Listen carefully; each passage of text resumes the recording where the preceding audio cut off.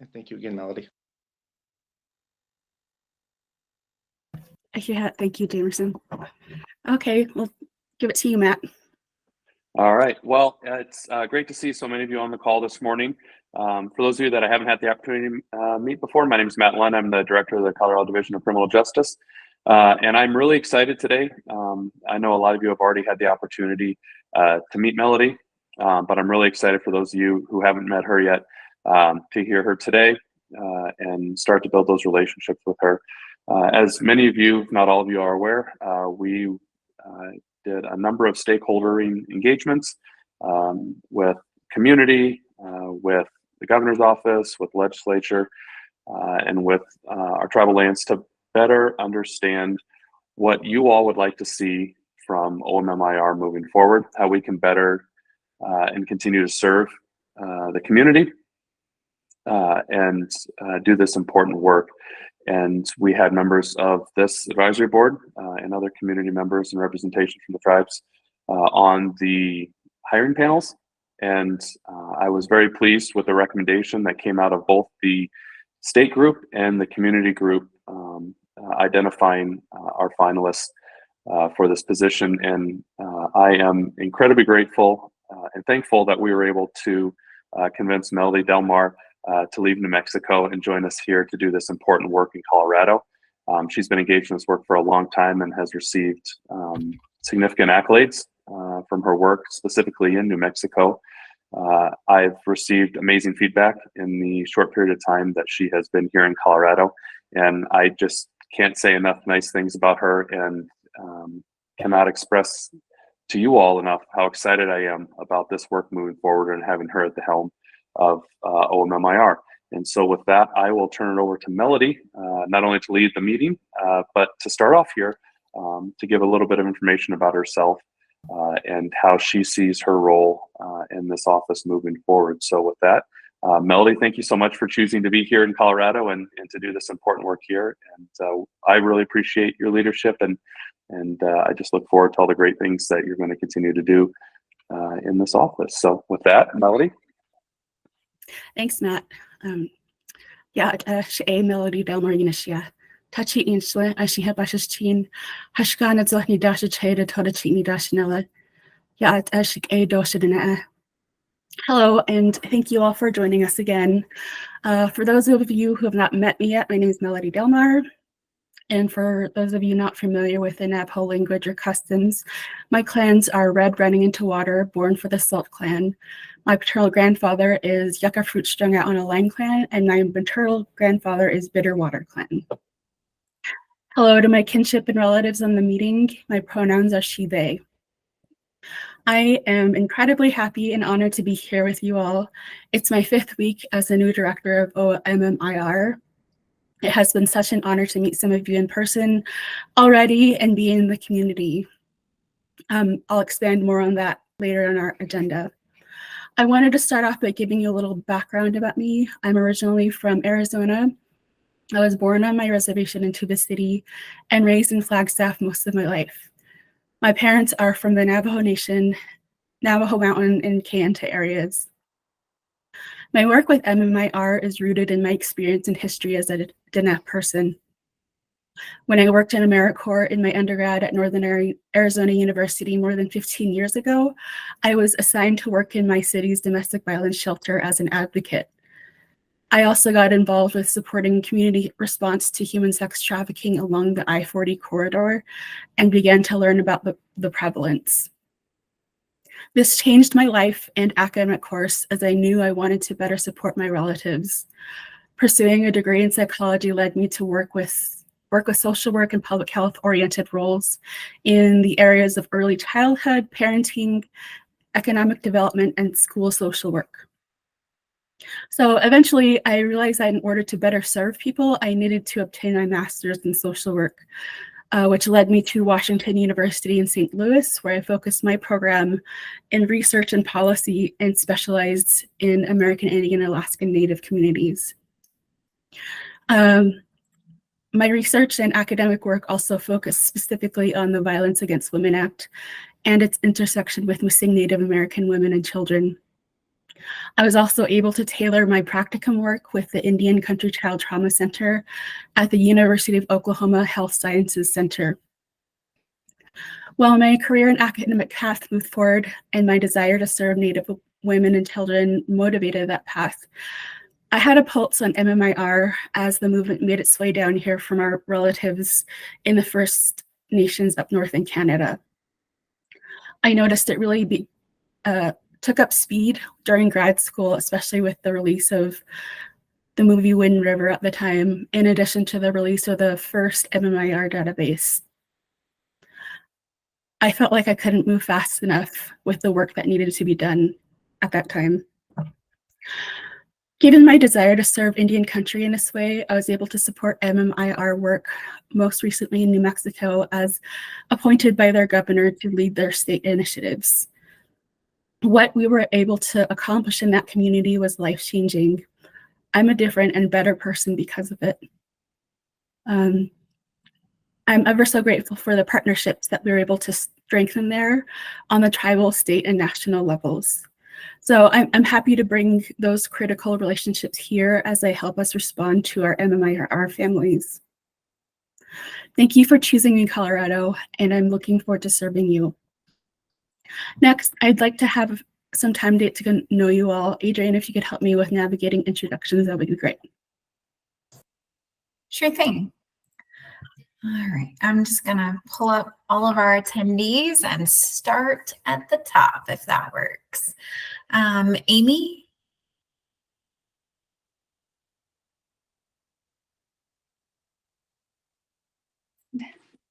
Hello, hi. Hi, Amy. I'm a community member. I'm originally from Great Falls, Montana. I am enrolled in the Chippewa Cree tribe. I work in community health, and I've been working, I was in AmeriCorps Vista too for 3 years for healthcare for the homeless in Wyoming. And I currently work for a children's nonprofit here in Colorado, and I'm involved in my schools and just I'm always on the pavement because I'm with my kids all over the community.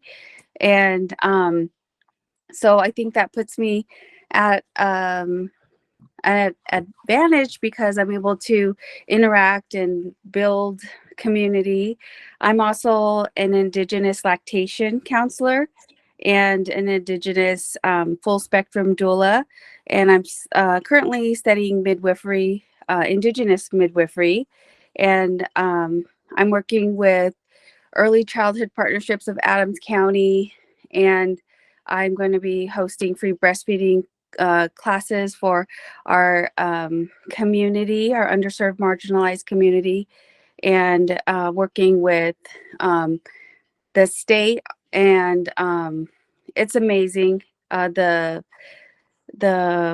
paths that just being myself and my passion for motherhood and parenting and giving the opportunity to give back, and it's great. I love being in Colorado, so I've been here for about 12 years, and I love it. So thank you for having me on the board. I appreciate and wow, amazing Melody, amazing all of you guys. It's an honor to be in this room. Thanks, Amy. We're happy to have you as well. Carla?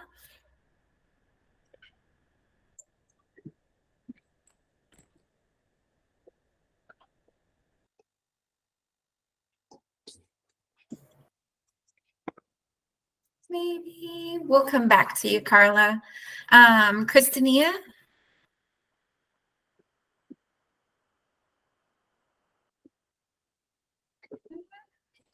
There. Pretty all right. Okay, good morning. Sorry, I was running late this morning. Well, my name is Christinia Ayala. I'm Lakota and from the Rosebud Reservation. And let me see, what Am I just introducing myself? Is that what's going on? Yes. Okay. And I live Yes. in Fort Collins, and right now I'm in the planning process or the thinking process of making an appointment to meet with the sheriff of Larimer County and the police department in the city of Fort Collins to talk about what protocols they may have in store, or what protocols they may have at the ready in case something like this happens in our area. Because I'm not really sure. You know, I've heard people talk about the contacts that they've had with the law enforcement in the places where they live, but I need to take care of that. And if there's anybody out there who's already done it, let me know. Um, I'm I'm the founder and the director of Tioshpe Wiyamaka in Fort Collins, and let's see, our 501 was established in 1982. I've been doing this for a long time. I have several projects going that I think are pretty important to the youth, the Indigenous youth. I want to get a United Nations Association for Indigenous people going, and the format will be different.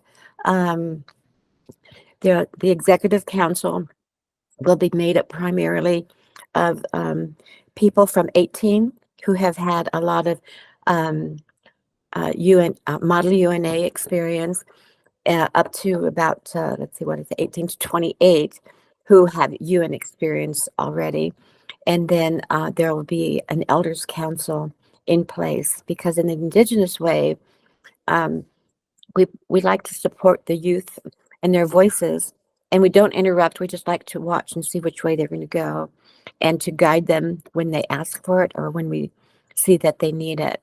So that's one of my projects that I think is really important. And the other one, oh my God, it's not very often I talk about.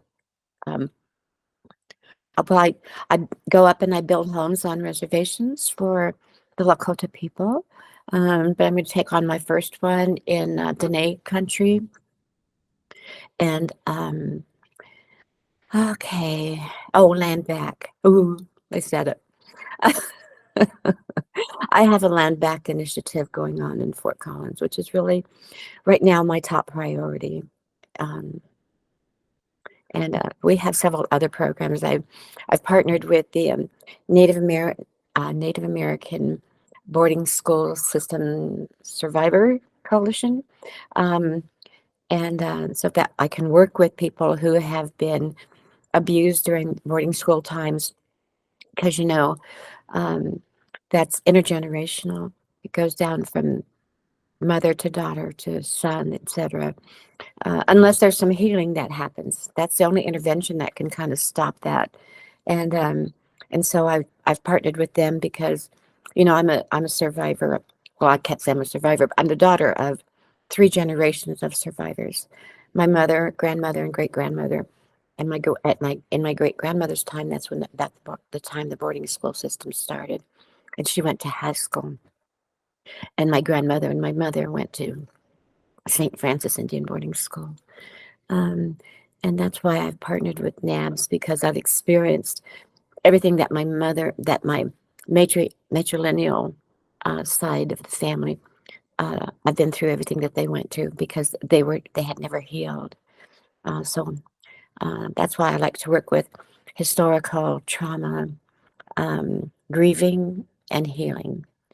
And okay, that's who I am.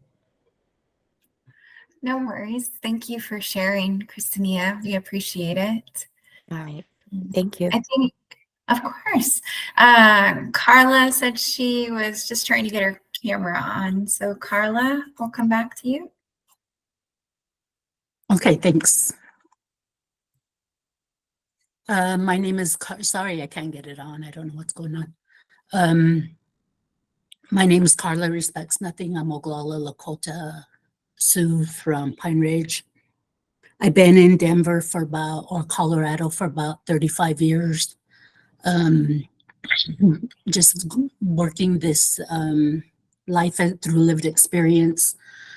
I currently work at a Jefferson County homeless shelter, homeless unhoused organization called Recovery Works.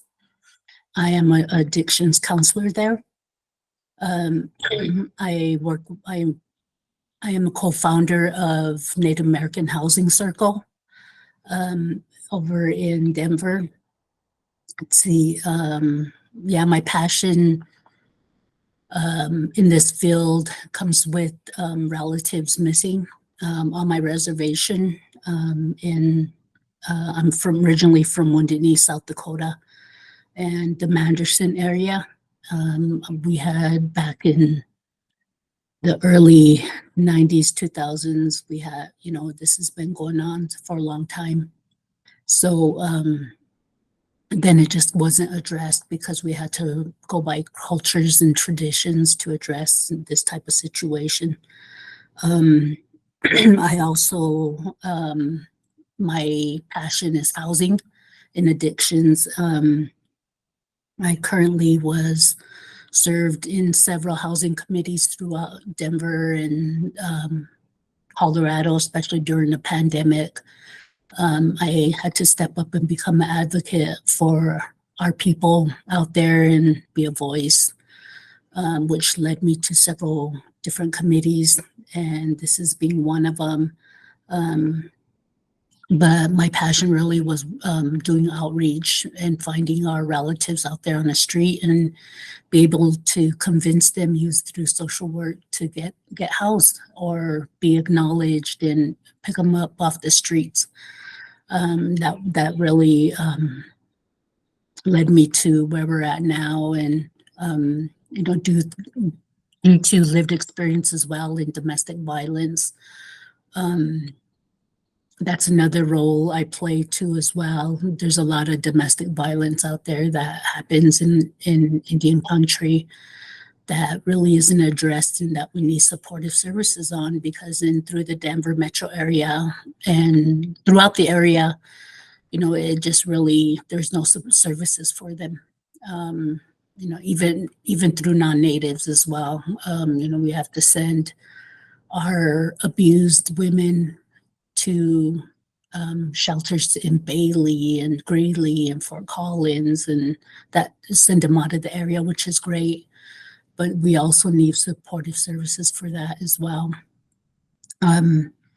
Just working in the field for a long time, and hoping to create some type of housing for people and supportive services for our women through treatment, and just basically pick them up where they're at. So, yep, that's just me. Nice to meet you, and thank you for being here. Thank you all. Good to see you all today. Pila, ma'am. Thank you for sharing, Carla. We appreciate it. Daniel? Hi, my name's Dan Stoyer. I'm the Attorney General representative to the board. I'm glad to be here. Just to give you a little bit about my background, I serve as the tribal liaison for the Attorney General for the legal departments of Colorado's 2 tribes. I also am an adjunct professor at DU. I teach a course on Native American water rights. Before coming to the AG's office, I've been at the AG's office for about 10 years. But before coming, I worked for a small firm representing Indian tribes and worked there for about 9 years. So glad to be here. Thank you. Glad to have you. Thank you, Dan. Kirby?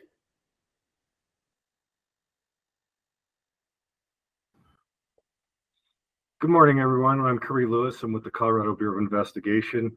I currently serve as the assistant director over the Denver office, overseeing all the operations here, as well as overseeing the missing Indigenous person alert. Thanks for letting me be here, and good to see everybody again. Good to see you, Kirby. Mesky? Hi, good afternoon, good morning, everyone, depending on where you're at. My name is Miski Sotaliatsati, and I'm originally from Oklahoma. I do live here in New Mexico. I am the founder of Navajo Nation Missing Persons Updates, also one of the co-founders of Missing and Murdered Dinner Relatives, and also a member of their MMDR task force for the Navajo Nation Council, and a former member of the New Mexico MMIWR task force. And I know Miss Melody quite well. I was asked to join this task force because of the knowledge that I taught myself. I started my volunteer group, Navajo Nation Missing Persons Update, back in May of 2013. Taught myself how to be an advocate for our missing and murdered people on the Navajo Nation. At the time, there wasn't really too much of a platform people could go to, so I created one. I also was the one who created the first alert system through text messaging, using a text app for Navajo Nation is very similar to what they have now. So, you know, I've worked with, before Melody came onto New Mexico Task Force, we were working on how to collect data, and there was so many missing holes that we needed to fill. And my first suggestion on the task force was to have a Missing in New Mexico Day. So again, that passed through legislation, and it became finalized in, I can't even remember what year it was. Melody probably knows. And we had our first year there. I believe it's the third year this year, and it's been very successful. So I'm here to help in any way possible. My knowledge is open to everybody. Right now, we have created a toolkit for our missing. So it's a step-by-step guide to, you know, help the families figure out what to do when somebody in their household or their loved one goes missing. This is right now it's official through the Navajo Nation Council. So now all Navajo law enforcement agencies and surrounding areas have this toolkit, and it's very efficient. It's, you know, overlooked by different agencies, by all law enforcement throughout Navajo and surrounding areas. So we were pretty thorough about this. We made sure that it was appropriate for all situations, and we're still working on it. It's an open document, so, you know, we will modify it through months and years just so that it, you know, it's able to help families. And again, I'm here to help. Even if you're out somewhere in a different res, and if you need some kind of assistance, you know, please don't hesitate to give me a call. I'll do what I can to help. Thank you. Thanks, Meski. I just wanted to say that it's good to see you on this side. And I just wanted a huge shout out and all the amazing work she has done in the legislative piece with creating Missing in New Mexico Day, which has helped families immensely. So I'm happy to continue work with you, Meski. Me too, love. Thank you so much. Oh, sorry. Phil?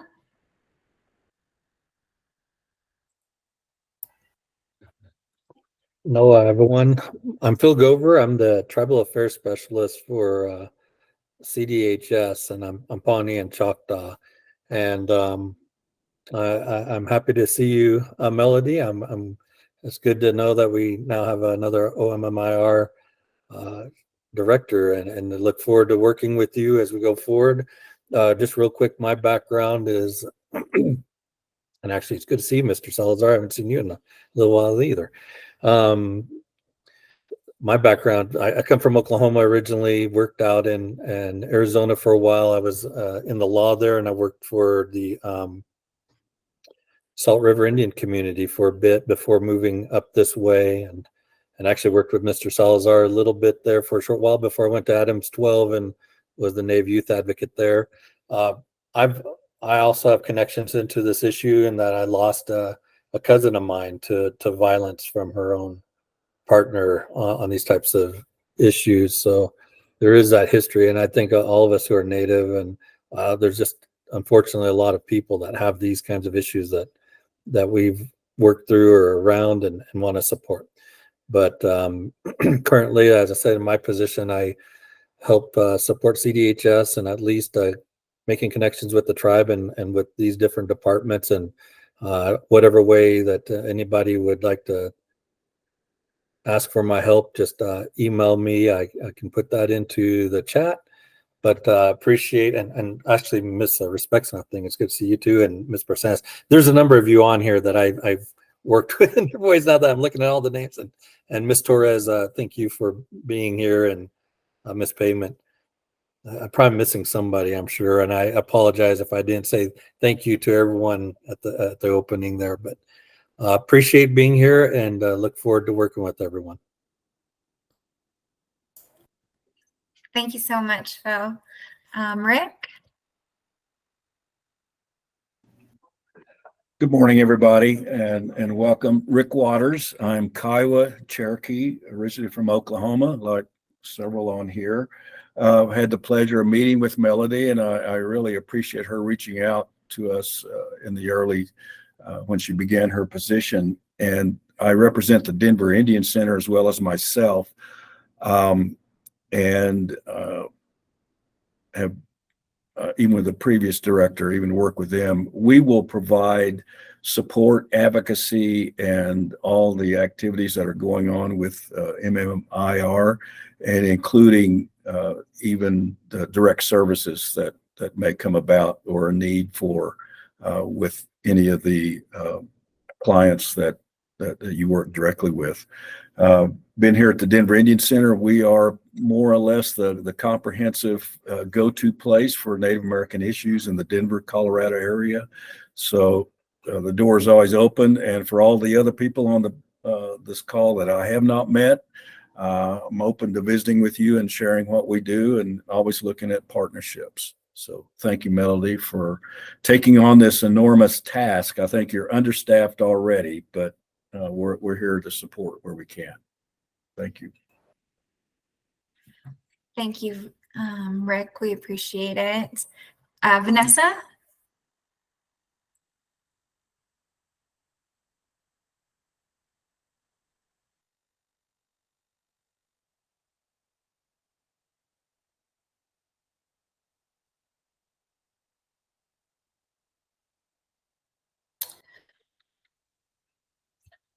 We can always come back, Vanessa. Well, really quickly, in the interest of time, we'll call on the people who are joining that are not members of the council yet, or a part of the advisory board. Daisy.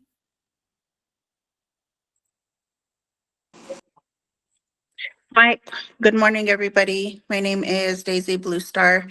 I am from Ignacio, Colorado. I'm a Southern Ute tribal member. I'm on the Native Love nonprofit, and I do a lot of advocacy for MMIR. My path started in 2017. I'm at home, so excuse my kids. They have the day off today. But in 2017, I had an aunt whose case was cold for 20 years. So I was really wanting to seek justice for her. And in our community, those things were kept quiet and private. So it was really hard to really advocate for this when I first began. I did get a lot of elders who are angry with me and angry with this movement, because a lot of those things were not to be talked about. So we've came this far with SB 22150. We assisted with that and continue to move forward in this way. And I think I've earned our community's trust. I've done a lot of collaborative work with our local law enforcement, SUPD, and of course the state of Colorado, CBI, and also our Southern Ute Tribal Council. So this is a passion of mine. It will continue to be a passion of mine. I care for our people in all four directions of the earth, and whatever I can do, I'm here to help. I also collaborated briefly here in New Mexico. I'm here in New Mexico right now, but this is where we had to come and look for one of our teens that were missing. So it would be good to get some of those connections here, or start getting connections everywhere. We do a lot of boots on the ground work also. So I'm open and interested to all collaborative work in order to bring our people home. So Tawayak. We're so glad to have you. Thank you, Daisy. Debbie? Good morning, everyone. I am, as always, honored to be here. I have met many of you, at least virtually, and am appreciative and excited to have Melody on board. We've been excited about that for months. So I won't take up much time. I didn't say I'm the Deputy Director for DCJ, and thank you for all of you who are here. Thank you, Debbie. Joe? Good morning, Melody. Welcome to Colorado, which I consider northern New Mexico. I may have had a couple of cups of coffee and I'm real jittery since I don't drink coffee. But anyway, Rose Salazar, former state representative for the state of Colorado. I'm also a civil rights attorney. It's great seeing everybody here. Haven't seen Phil in a long time. And also Rick Waters, who knew me when I was a puppy over at CU Boulder back in the early 90s. But I ran a lot of legislation as a state rep for the Indigenous community. We got rid of Columbus Day. We got rid of offensive American Indian mascots, and also ran the bill on providing in-state tuition for Indigenous persons whose tribes have historic ties to the state of Colorado. All of which failed under my watch because we had a Republican-controlled Senate. But then my sisters came in and passed it back in 2019 and 2020 when Democrats got control of the House and the Senate and the governor's seat. So anyway, I served on the task force to help this bill move forward in creating this office, and I'm really super excited about your arrival. I'm a civil rights attorney, and what I do is sue government. I look at systems of discrimination, systemic systems of discrimination, dismantle them and rebuild them in a manner that benefits our communities. And so I'm happy to be here and help you navigate through all these systems that are very complex and also extremely racist in nature. That's just how they were built a long time ago. And so, yeah, welcome. Thank you for joining us, Joe. We appreciate all the work that you did before Raven and Monica were able to move things along. I love my two sisters, Raven and Monica. Melissa? Good morning, all. My name is Melissa McGaw, and I'm the missing person and missing and murdered Indigenous relatives analyst here at the CBI. I'm also one of the Amber Alert team members that issues the MIPA alert, and I originally hail from New Mexico as well. So, good morning. Good morning, Rachel.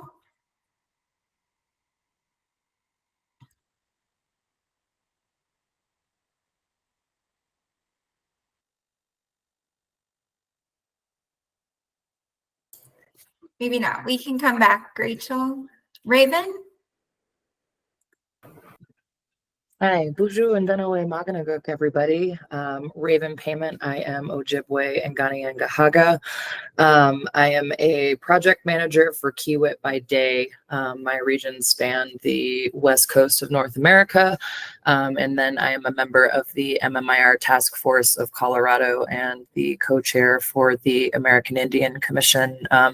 Several of my favorite people are on this call from many different facets of life. So I'm just kind of here to bask in all the awesome professional work that's being done in this space. So thanks everyone for your continued commitment to this crisis. Good to see you all. Thank you. We're so glad you're here, Raven. Riley?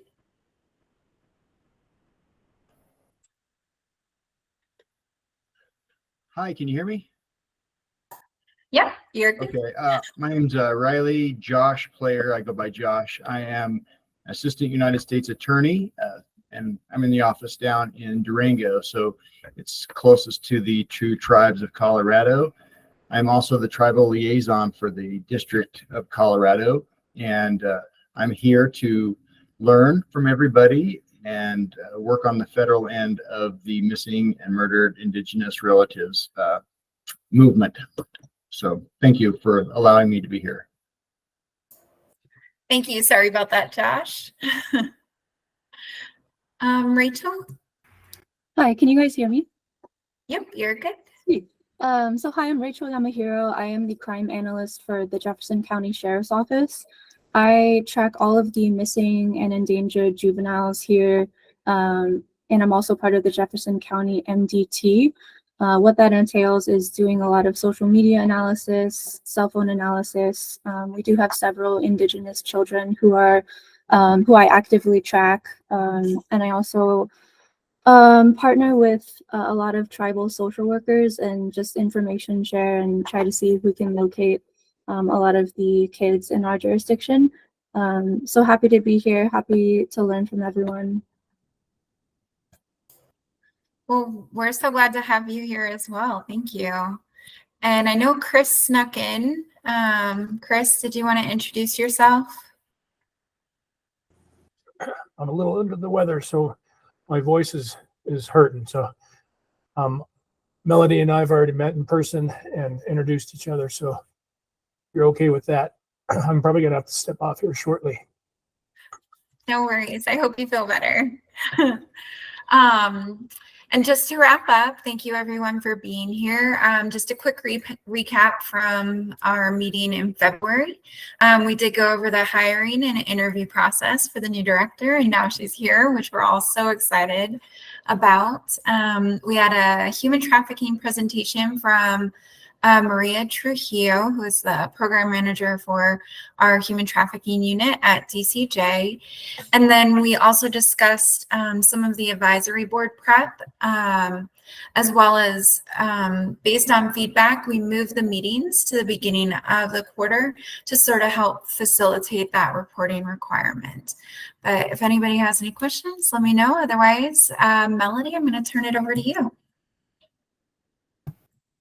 Thank you, Adrienne, and thank you, everyone. I know we're a little off schedule, but I'm okay with that because it's important for me to meet with you and hear your voices and have this initial virtual introduction with some of you and those of you I've met. I'm so happy to have met with you.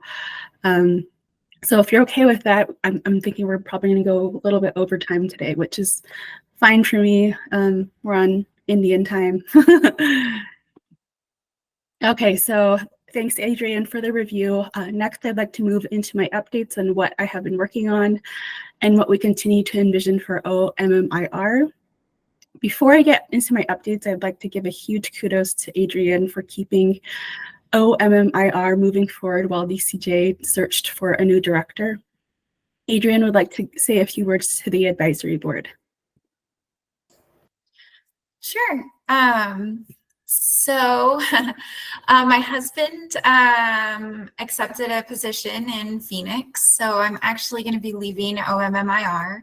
I'm so sad to be leaving. I've really enjoyed the work and the opportunity to collaborate with everyone in this space. So I apologize if I'm getting upset. It's just been such a great opportunity for me. So thank you. Thank you, Adrienne. Thank you.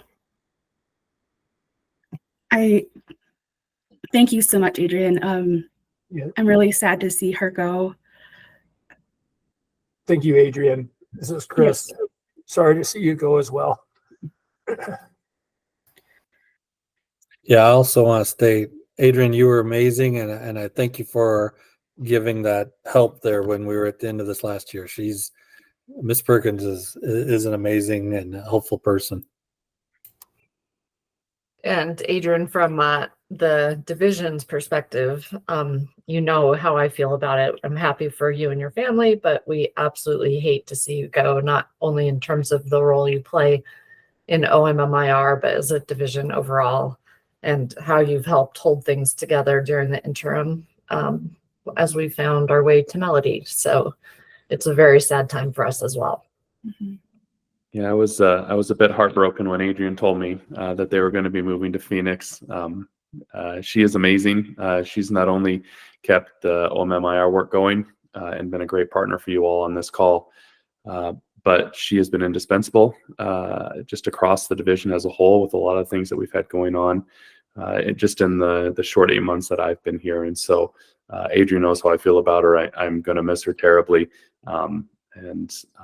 I've already tried to set her up with our similar agency in Arizona and told them how lucky they'd be if she jumped on board over there. But she's an amazing person. She's going to be missed, and I'm hopeful that she'll stay in contact with us.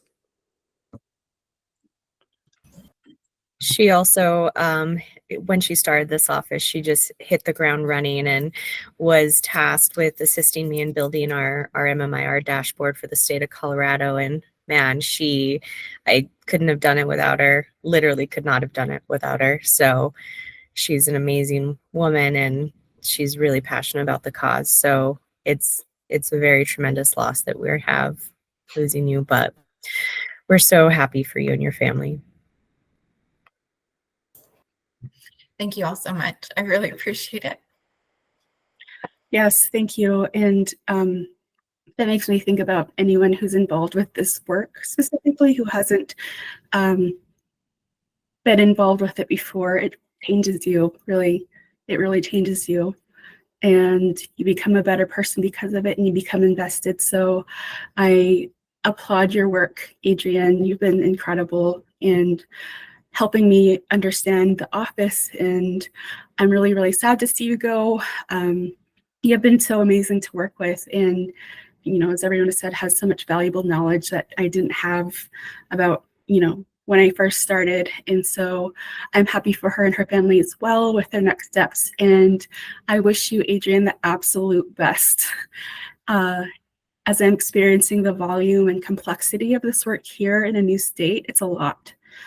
In hindsight, I know that Adrian helped keep the office operations steady in a very meaningful and heartfelt way. So thank you so much again for your kindness, your willingness to quickly help, and above all, your work here. I will truly, truly miss you.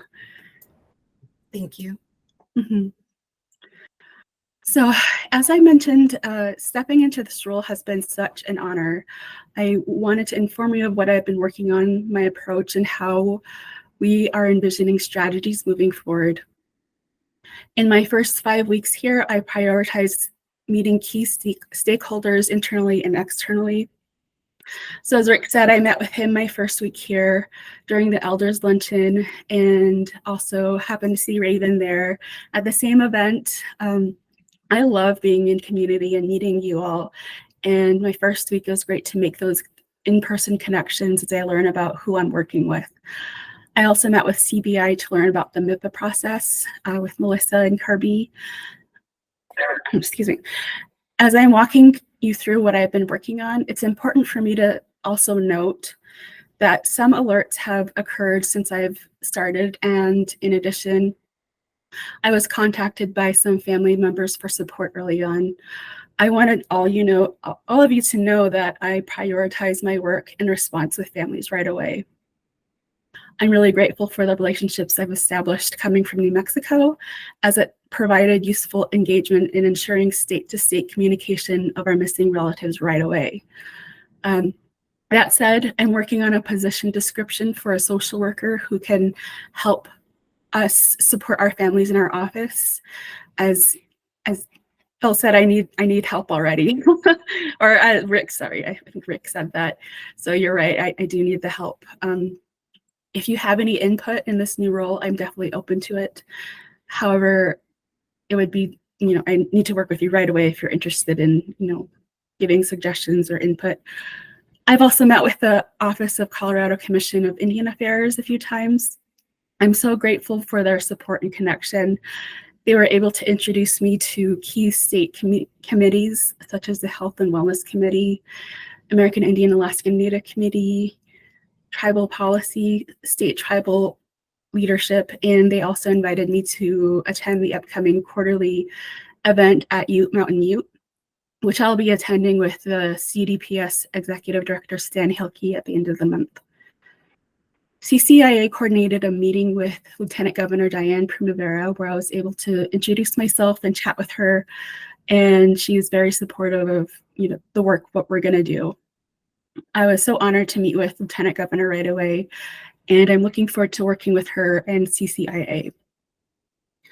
I've also had amazing conversations with Maria Trujillo, who leads the human trafficking efforts within DCJ.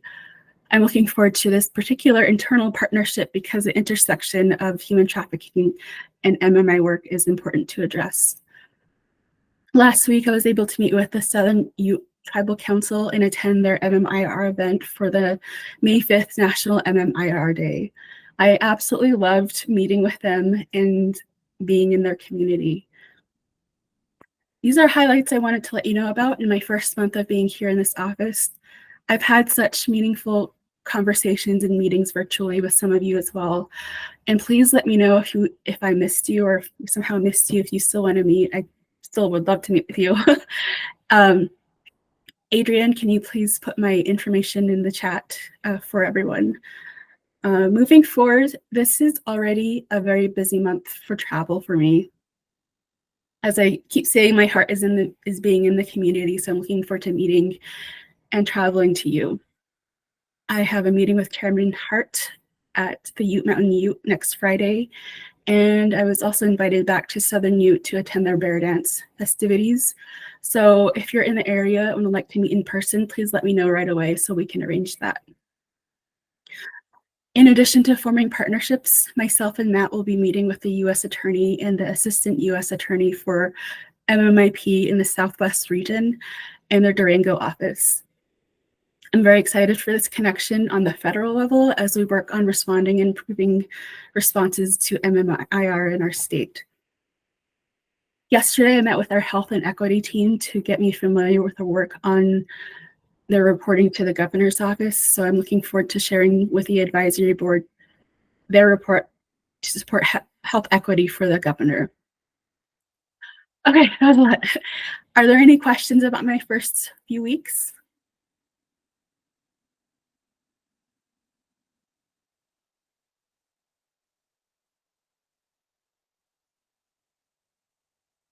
Okay. Well, if you want to raise your hand or let me know or put it in the chat, feel free. And next, I'm going to shift the focus to our office vision and strategy from my initial first weeks and getting a lay of the land and who to work with and meeting with people and understanding the community and how things are working. So I'm still learning. It's gonna take some time, but so initially my approach to this work is meeting with the community to listen to you. You are the experts of your communities, and as I start to build relationships, I want to sit with you and listen. From my experience, building effective community partnerships is critical and key to effectively responding to MMIR. The value of community partnerships was even reflected in the recent report from the Not Invisible Act. So I want to be very clear as I start, I'm guided by legislation and broader strategic leadership within public safety, while listening to you all about how I can best serve the community. My strategy is to work with stakeholders who truly care about the work. So initially, I'm seeing that the Community Volunteer Advisory Board is a strong arm of how we can work together with making stronger partnerships. So I just like to open it up to the community and your thoughts and how I can best serve you.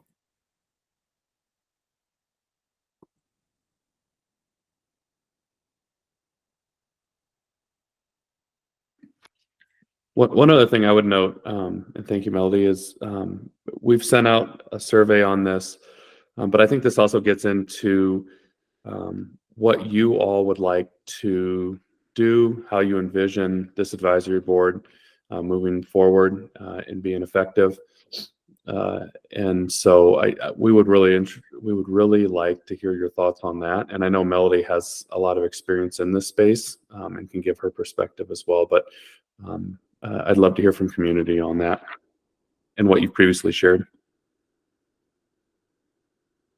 Mesky, I know you had a list for me.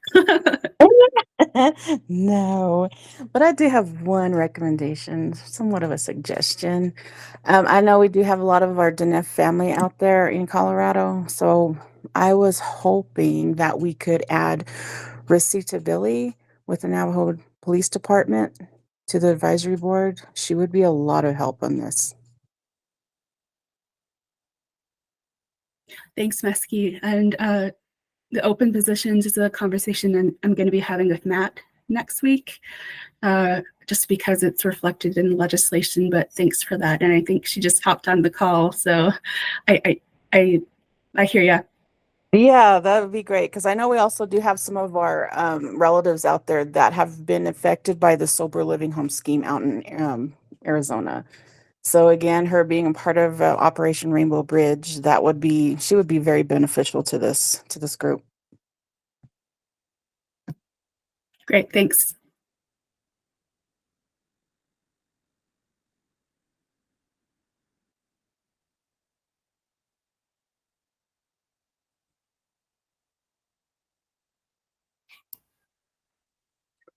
I have one comment because of the last year with trying to get that report created. I think we need to early on try to determine who on this, I guess, advisory board is going to help with that development.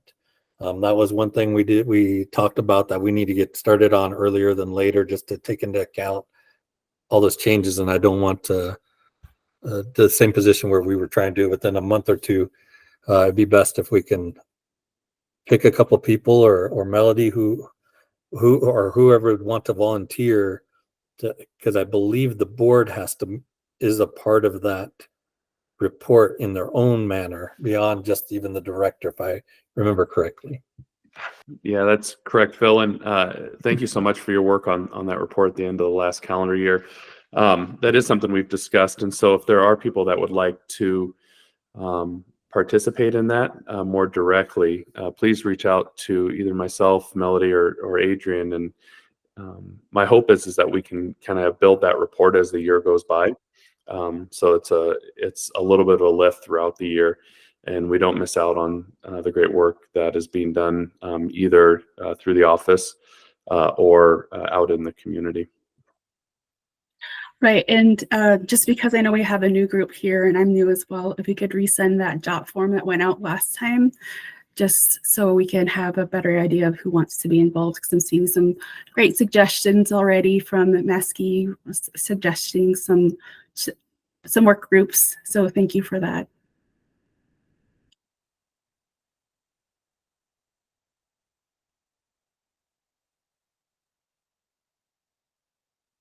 What other thoughts do y'all have, or recommendations, or ways you can see us working together to build partnerships? And I'm wondering, oh, go ahead, Phil.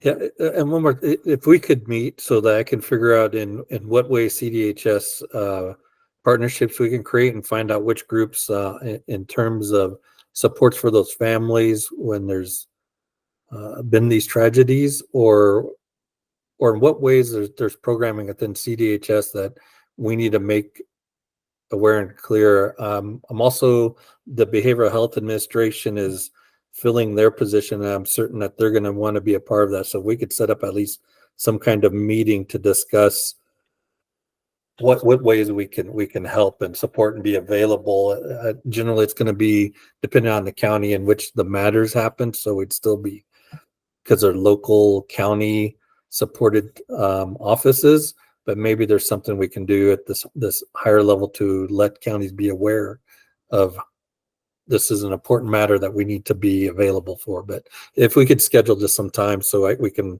brainstorm and figure out that kind of connection. Absolutely. Yeah, let's keep talking about that. I'd love to see how we can move forward in that. And there's a lot of moving pieces as well. So I want to, Rosita, I'm going to call you out. Oh, wait, Daisy, go ahead. Just a thought. I don't know if we could start working on the prison and jail systems, the Colorado state on that level about MMIR, because I know that there's some families that are concerned about their relatives who had been murdered in prison or, you know, places like that. I don't know if we can get data started for that and possible support for those families. I don't know if there's well, I know as of right now that that hasn't been one of the biggest things, because I know we mostly focus on community and out here. So it was just something that was brought to my attention that just keeps coming back into my mind. So that's just a thought. Thanks, Daisy. I think that's, I guess within our CDPS is the relationship I can look at. I haven't met with anyone from that department yet, but I hear you. Okay, Rosita. You could just introduce yourself. Your name was already brought up to be a part of Colorado's work, so you go ahead. Oh, yeah, great. I can't hear you very well. Can you hear me now? It sounds kind of staticky.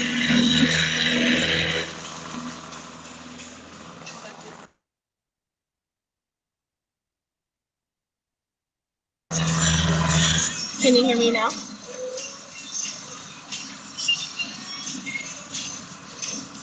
Hello, can you hear me now?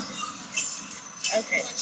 Ay received the check for Indonesia for the university. Hello, I am the MMIP Liaison for the Navajo Nation Police Department. I currently have 18 years of experience with law enforcement, being 14 of them being with telecommunication specialist.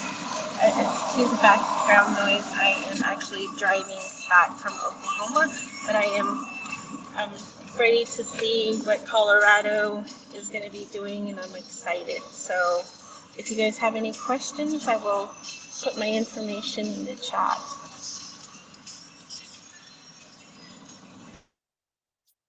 Thank you, Rosita. I see Daisy, your hand is raised, and also Mesky. Daisy, we'll go with Daisy first. Oh, Mesky. Sorry, I just put my hand down. Oh, okay, never mind.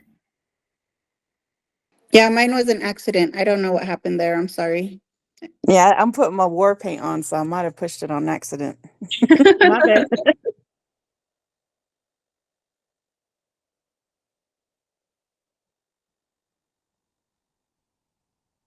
Carla, your hand was raised.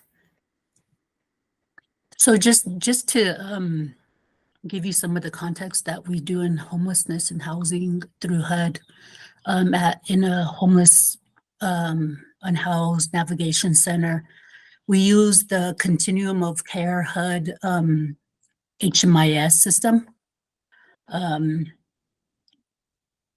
It's the Homeless Management Information Center, a system for organizations that have service providers to house people. I know the Native American Housing Circle utilizes this system. And due to HIPAA laws, I know it's really strict to really share information.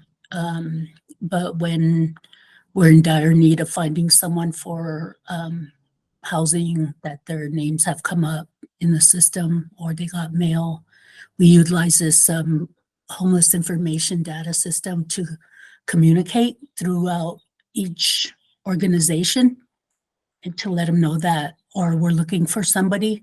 And sometimes when I see someone missing or the alert comes on, I'll look them up in the system to see if they've checked in to have a meal somewhere or a shower somewhere, because it's supposed to be put in a system that they walk in and check in.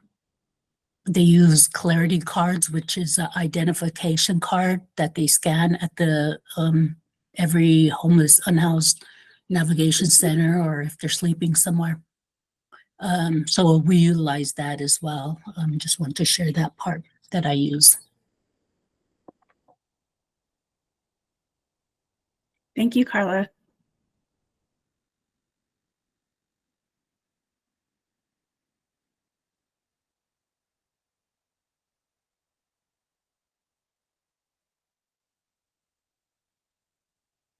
Councilwoman Torres, I see you on the call and you unmuted, so go ahead. I hope that you can hear me. Yes, I can hear you. Wonderful. I couldn't introduce myself earlier. So my name is Vanessa Torres. I am a tribal council member for the Southern Ute Tribe. And I think this is welcome aboard. It was great to meet you, and I look forward to working with you. And I'm glad that you're going to be meeting with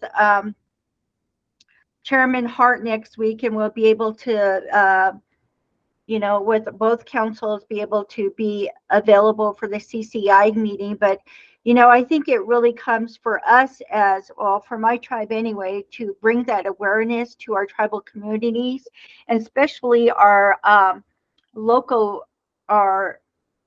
with La Plata, Montezuma, Archuleta, getting the word out there. And yesterday I was able to meet with the new chief of Durango, Bryce Current, and also State Highway Patrol. I can't remember her name, but just totally, I can't think of it right now. But I was introducing the MMIR and what it stands for and what we're looking for. And if there's any way that we could be able to get a class or some type of session with officers just to plant that seed, so they know and they understand what MMIR is and what we're trying to do as Southern Ute, or even natives, to have that awareness, so they could be to be on the same page with everybody, and making sure that was something I was thinking of yesterday afternoon. This would be a good idea to have an intro with our officers in La Plata and the State Patrol too. And she was very interested in it, to have something collaborate together. And that way, that, like I said, the seed would be planted and more awareness would be out there. But I'm looking forward to working with you, and it was great that I'm glad that you came down and were a part of the community for our walk.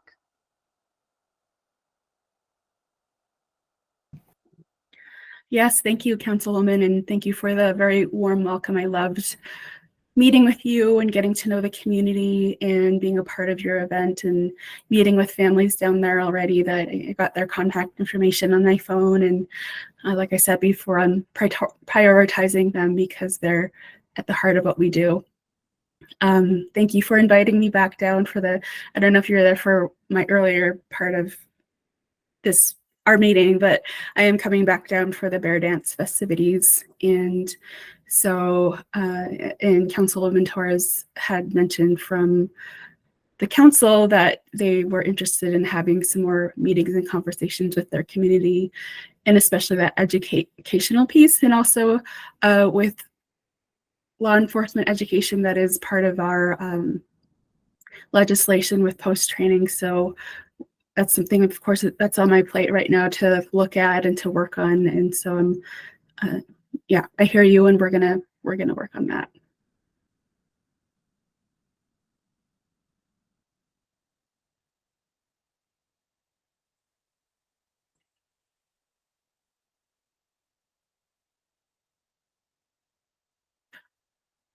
What are your other thoughts in the community about the office and moving forward and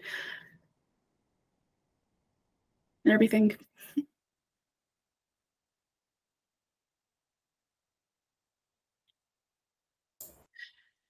Melody, there's some notes in the chat. It looks like people would maybe like to see quarterly or yearly meetings in person. Let's see. So maybe planning one of the meetings to be in person if we could make that happen. I'm not sure logistically, but Absolutely. I think that's something, we do as relatives is we meet together and we eat together and talk with each other. So I hope that's something that we can do. Matt, what are your thoughts? I know some people are out of state too, so that's something to consider. But I think that if we have enough time and maybe carefully plan something, we can do an in-person meeting. Yeah, I think that's a great idea, and it'd be nice to be in the same space with everybody. So we can start working on that, and maybe finding a date and a location that would work for most, if not all of you. So I think it's a great suggestion. Great, thanks, Matt. Amy? I was wondering about starting like education and like teen dating violence and getting like early education to an awareness to the young women and the young men, so that they're aware of, when they're being abused, what is appropriate in relationships, and also just safety, so that when they're in situations or setting up, like for our younger kids who fall into these spaces and then end up in these horrible circumstances. Would that be something like we could do, like within groups or in the communities, like a teen dating, violence and education awareness on that? I love that. I think that's definitely an important piece to this, especially when we look at some initial data that's coming. Go ahead, Matt. Do you want to? No, I was just gonna say, Amy, I appreciate the suggestion. I think it's an important component of the work. Melanie and I have had some initial conversations about kind of a media and an awareness campaign that we could engage in, and so we are not very far down the tracks with that conversation, but it's also something that we intend to bring you all into. And understand the issues that you all think are most important, and one of them, I would agree, is dating, interpersonal relationships, and that an important component of this work. So there's definitely more to come on that, but it's something that Melanie and I have discussed about ways that we can increase awareness around the state about this important issue. Yeah, and I also wanted to, I was trying to say is that there are materials out there, I believe already, that some organizations are already doing. So I think that building that collaboration or a relationship with someone who is doing the work already would be great. In addition to that, with the work with the, with what you said about the teen dating. So thank you for that.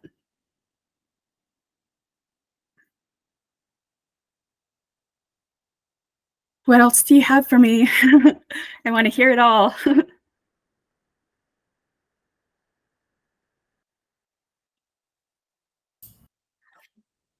there's another question about whether we've had an awareness conference. Rosita, would you mind clarifying what type of awareness conference? Yes, of course. So we all are knowing the work of the NNIW, NNIP. So one thing that a lot of the task members, or not a lot, but there's some that are they question a lot. So for us to make progress and to change things, the people need to understand what is going on and what can be up to the MMIW and MMIP. You guys are talking about teens as far as dating.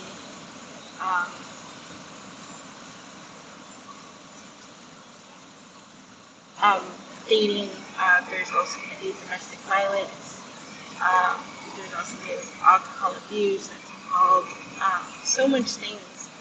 And an awareness conference is just bringing these particular people in and sharing it with the members and making them, you know, more of a knowledgeable of a lot of other awarenesses that are going on out there. As for me, when I first started, I didn't know that there was so much pieces, particularly to MMIW, and as far as, you know, regarding human trafficking as well, there's a lot of ties that come into that, and I think that's it's good to have that knowledge, especially when, you know, you're presenting yourself as another organization that is helping with the MMIR or MMIW or MMIP. That's what it is.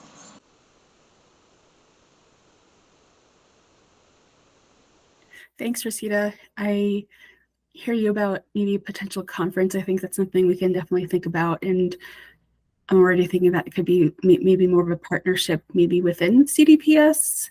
What do you think, Matt?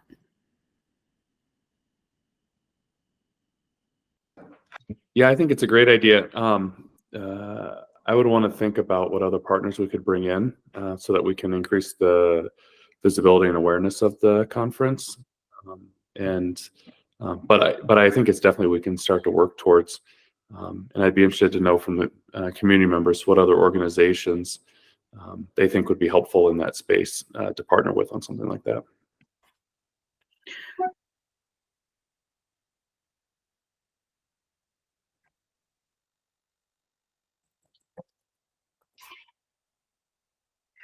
I know that Colorado has its Missing Persons Day too, and thanks, Adrian, for that heads up. I think that's something we can possibly think about with that. That's already happening, right? So we can build that Missing Persons Day in Colorado or support it. So I'm kind of thinking that's what you are talking about with a resource or awareness conference in Colorado, Rosita. Go ahead. Yes, it is. And also, the thing that's very successful with New Mexico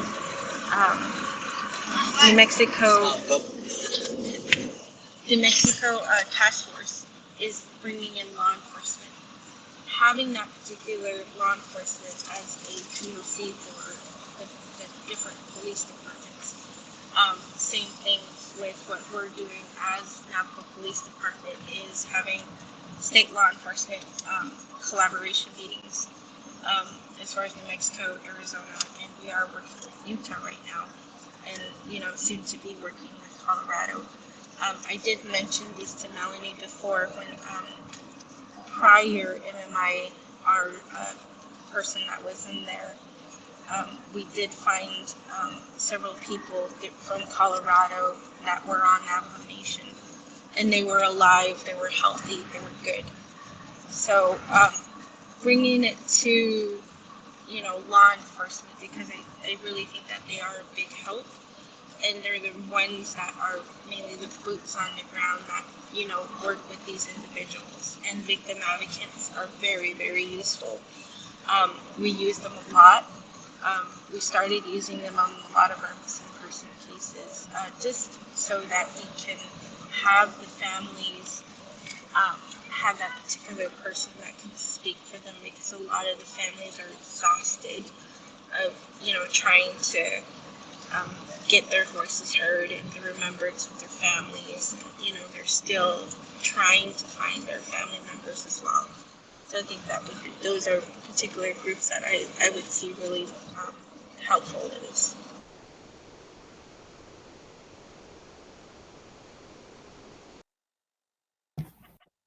Thanks, Rosita. I appreciate that. And I think, thanks, Melissa. Melissa, are you able to speak a little bit about Colorado Missing Persons Day? So yes, we have two events that we do yearly. So Missing Person Day is February 4th of every year. So we usually celebrate it on a Friday, depending on when that day falls. And we do an event at the Capitol where the family members are able to come and we do a proclamation at the steps of the Capitol, and we mention all the names of the missing in the state of Colorado, and we just gather together just to have that remembrance for everybody. The Missing in Colorado Day usually falls in August. This year it's going to be August 3rd, and that one is more for resources for families of missing persons. We have various speakers that come and discuss various options, such last year we discussed forensic genetic genealogy, and how that can assist in missing person cases. We have investigators there for family members to come and discuss the cases just to get an investigator side point of view of the case. We also have a luncheon that only family members are able or allowed to attend. We stay out of the room so they're able to discuss, if they feel free, their family's cases or just everything that they've been going through. We also offer collection of family reference samples to be added to various databases. We have various people there, such as NamUs and NCMEC, and it's a really good resource type. So we could definitely expand on that as well for both days.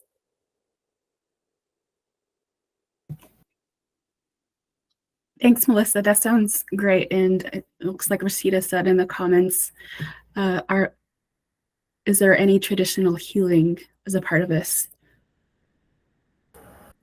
No, not at the moment, but we could definitely expand on that and discuss doing something like that.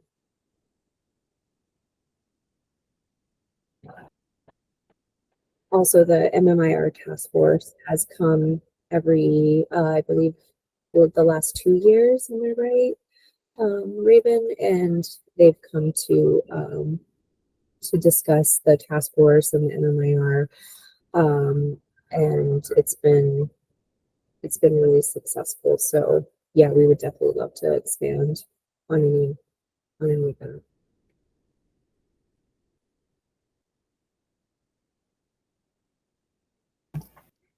Raven, do you have any thoughts on that with the Missing Persons Day? I know she's still on the call. It looks like Raven left the call. Oh, okay.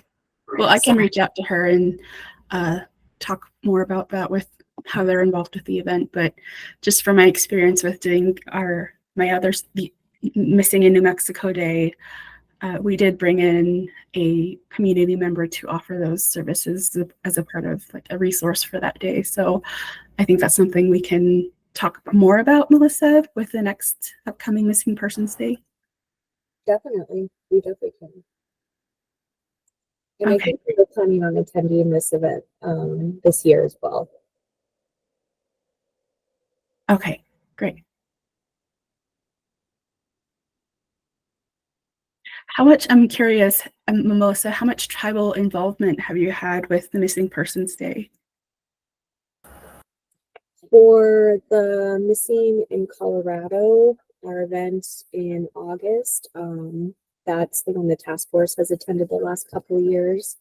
For our Missing in Colorado or Missing Person Day in February, we've had tribal involvement, I believe, the last 2 years, where Raven, Monica, I believe Lynette has come, and they're able, yeah, the task force does have a booth there every year. So we always would welcome more, of course. Okay, thanks, Daisy. So it looks like we're coming up on 11:30. So just to honor everyone's time, thank you for staying here with us. And I thought we were going to go over, but it looks like we probably won't. Is there anything else that anyone would like to add about the work that we're going to do together and your suggestions or input. Daisy? Yeah, when you asked the question about tribal communities, does that include the sister tribes of Colorado? And are their councils welcome or invited to attend? I know for us being on a small reservation, sometimes we get overlooked in the work that needs to be done for our communities. I know that the trust in our communities is also harder to gain when it comes to trying to get them to understand we're here for them. It can be a very big battle within our communities. So if we are able to show them these days and get them involved somehow, or even work on having something within our own local areas, I think we need to focus on that. And I was just curious about that when you asked that question.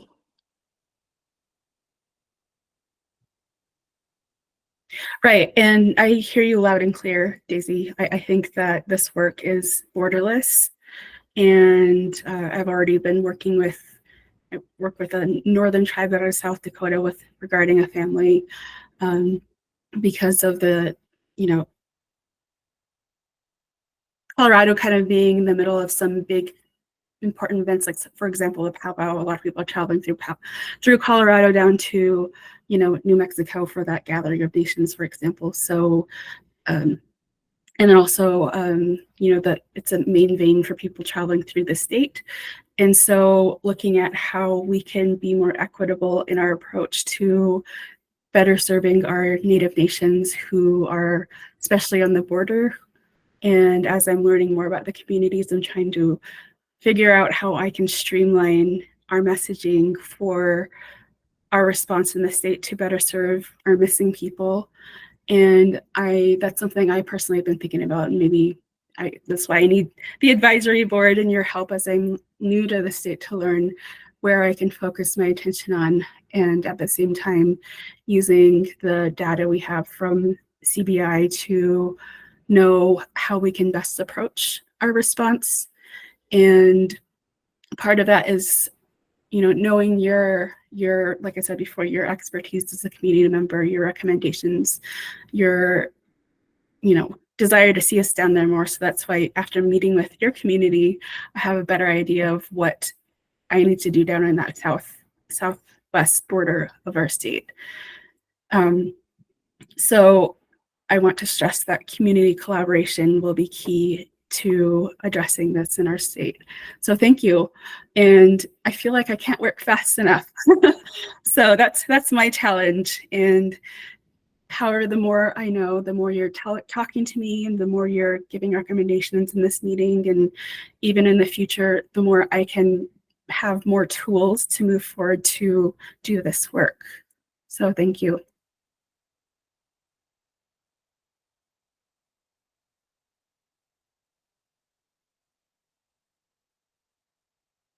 What other thoughts do you all have?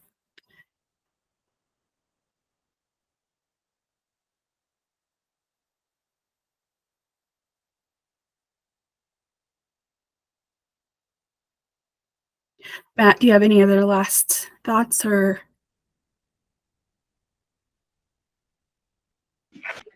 No, I don't at this time. I just appreciate everyone's engagement. And as we continue to build out this office and the work moving forward, I just really appreciate everyone's viewpoint. And I look forward to supporting Melody as she does this important work.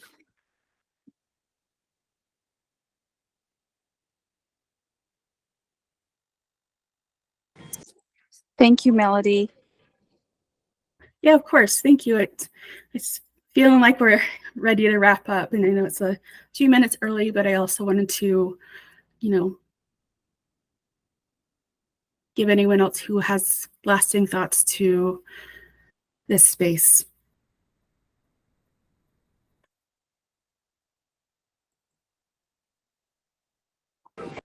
If I wanted to start getting the wheels rolling on getting a teen dating violence and working with other communities. I know, so there's some organizations in Colorado Springs that I have in mind to collaborate with. I work in 2 community buildings in the North Denver area at the Dahlia Campus for Wellbeing, and it's like a mental health hub. And then I have another office at the C4 building, which is at the Adams County Human Services building, and there's space there. So I have the space. Who would I contact to like in this board to like, I guess, just support that, or how would I do that? 2 things. I think that let's schedule a meeting, Amy, so I can hear more about your thoughts in that. And then I can look at connecting you to any other resources that you would need. But yes, I would say like go with it. I would encourage you to do with that. And from my role as a liaison from my office, I will look at my resources to connecting you to who you need and who we need to talk to. But I think that's amazing. The other thing is that I will send out an email after this meeting to the community. I know some people had to hop off, but just to make them aware of your idea and what you want to run with and with the teen dating, and see who could be a resource to you as well. Thank you. Right. Thanks, Amy. We are right at almost 11:30. So I really enjoyed meeting all of you. Thank you so much. This is such an honor to be here with you. I'm really excited to meet with you virtually and have our first meeting and moving forward and how we want to approach this work. So thank you, everyone who was here to give me some time. And again, please don't hesitate to reach out if you want to meet with me or schedule anything. And thanks Adrian for putting in that calendar there for resources. And I guess we'll end with that. So thank you, everyone. Thank you. Thank you. Thanks all. Good to see you.